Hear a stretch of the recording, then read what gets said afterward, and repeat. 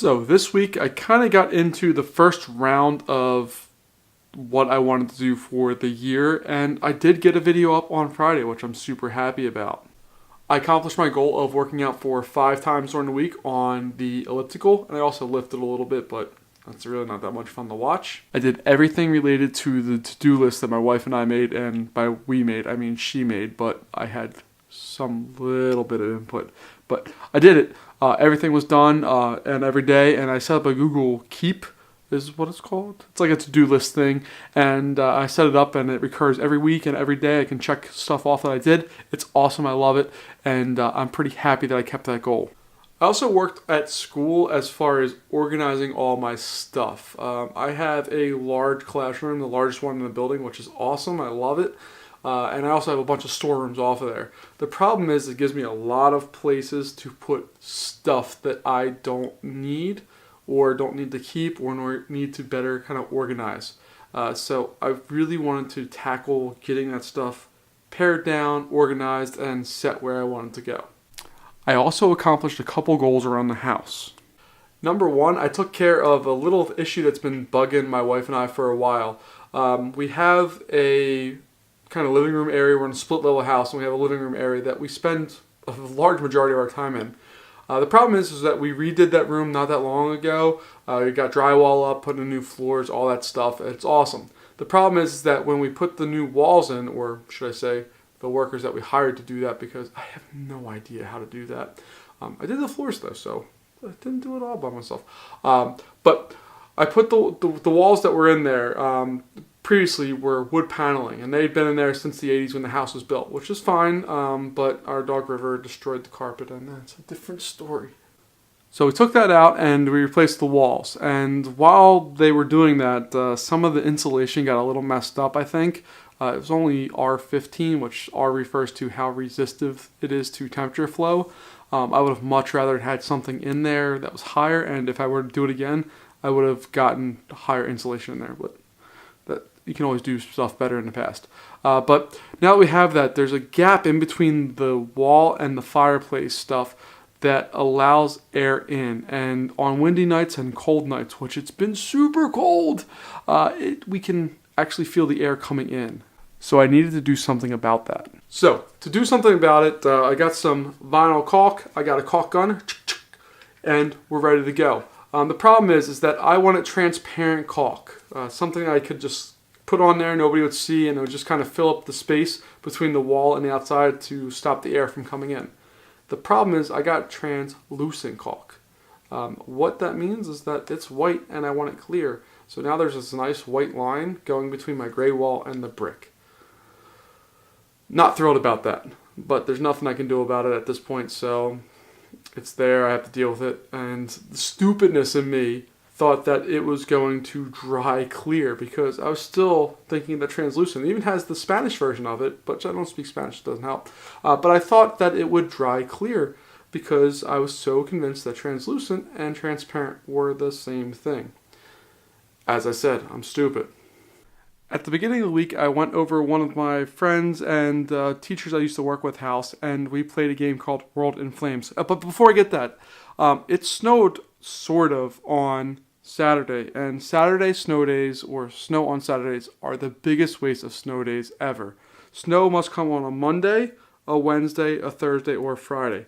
No other time. Tuesdays are cool, but every other time snow can fall. Just as the teacher brain in me. That's what happens. But anyway, I played World in Flames, which is a game I have no understanding of in the good sense. I've been playing with 3 guys who have been playing for quite literally a decade plus. It's a world war game. It kind of simulates World War II, and I'm playing the Russians, no hacking bro. And I am getting destroyed by Germany, which kind of should happen, but also I knew it was coming, so I couldn't stop it. Luckily, Smalls, my wife, was able to take care of baby boy and get him taken care of for the whole day. And while I got home, very late, we were able to kind of take care of him, and I could go play my game. And yes, spending time away from your wife and baby while playing a board game sounds ridiculous, and it is. But I love my wife because she allows me to do that and allows me to nerd out on stupid crap like that. And baby boy had an awesome week. He finally got to go back to daycare, where last week, I guess he was there some last week. But he was back at daycare for a full week, which he loves daycare. He digs it. He has so much fun there. But over winter break, we started watching Thomas and Friends Classics, not that 3D crap that they have now, but the actual model trains that they had, which are awesome. But I really never noticed how mismanaged the island of Sodor ever was. I mean, these trains get in accidents all the time. And not just like little accidents, like things, well, if they blew up, they would blow up.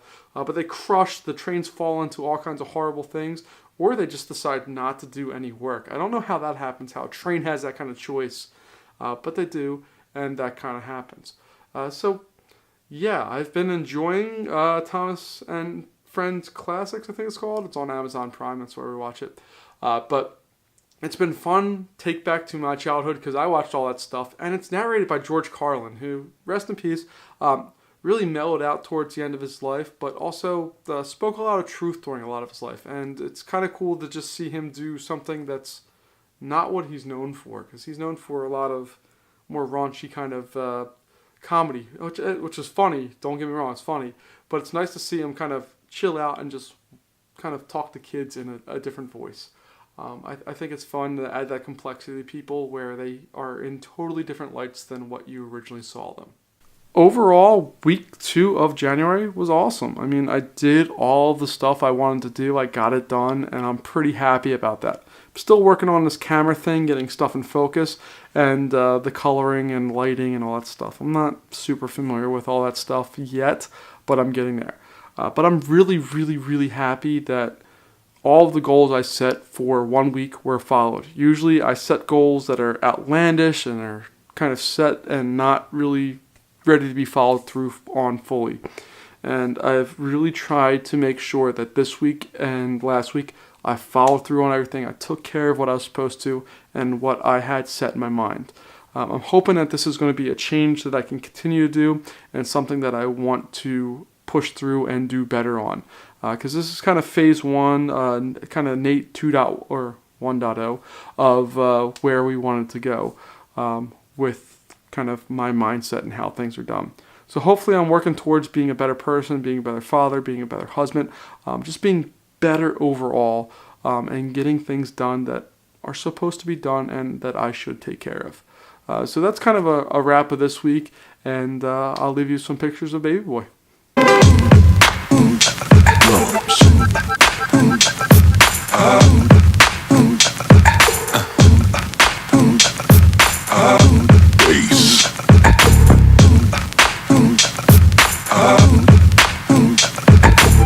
And now you've got yourself something funky.